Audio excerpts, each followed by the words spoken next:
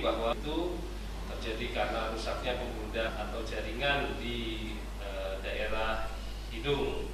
Jadi di bagian dalam dari hidung ini, jadi di kedua tempat ini terdapat suatu jaringan pembuluh darah yang disebut sebagai plexus kisah.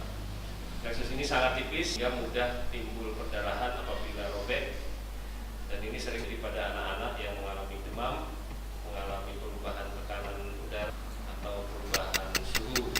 Beberapa kasus timbul pada anak yang tidur dengan posisi kepala yang lebih rendah.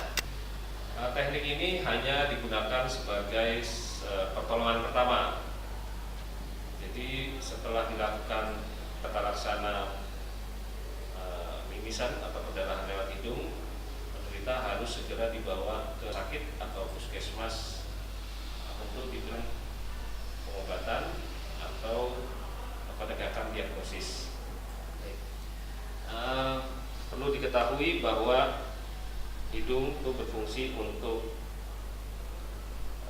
jalan masuknya udara, di mana udara akan disaring di sana kemudian dilembabkan. Apabila terjadi mimisan, si penderita yang pertama harus posisi duduk, ya. Karena kalau tidur khawatir banyak darah yang masuk ke saluran napas yang lebih dalam. Posisi yang seperti ini dan sedikit menunduk, maka darah nanti akan menetes lewat depan, ya, lewat hidung bagian depan.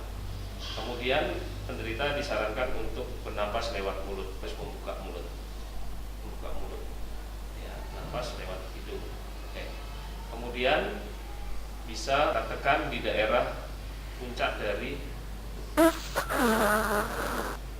ini, seperti ini akan menghentikan perdarahan yang ringan. Penderita tetap bernapas lewat mulut.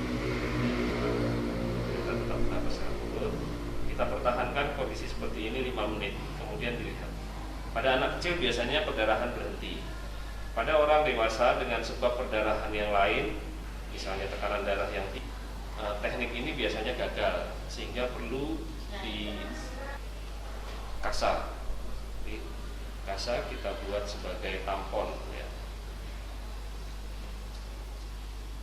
Kasa yang berfungsi sebagai tampon ini kita ke dalam lubang hidung, dan dimana lepas tampon ini sampai ke puskesmas atau ke rumah sakit. Begitu tampon ini masuk, penderita tetap harus bernapas lewat mulut. Biasanya setelah pemasangan tampon, penderita bersin. Usahakan bersin itu lewat mulut, tidak lewat hidung, karena akan menambah perdarahan, ya. Jadi teknik yang pertama adalah menekan. Teknik yang kedua dengan memasukkan tampon. Teknik yang menggunakan air es. Jadi air es dimasukkan ke dalam kantong plastik, kemudian diletakkan di hidung, ya. Pada anak kecil biasanya teknik ini cepat berhasilnya, di bawah 5 menit. Tetapi pada orang dewasa dengan problem yang lain, misalnya hipertensi, kadang teknik ini gagal. Ya. Setelah 5 menit dilihat. Pada anak yang mengalami mimisan, jangan sekali-sekali membersihkan darah yang sudah mengering, karena nanti akan timbul sekian.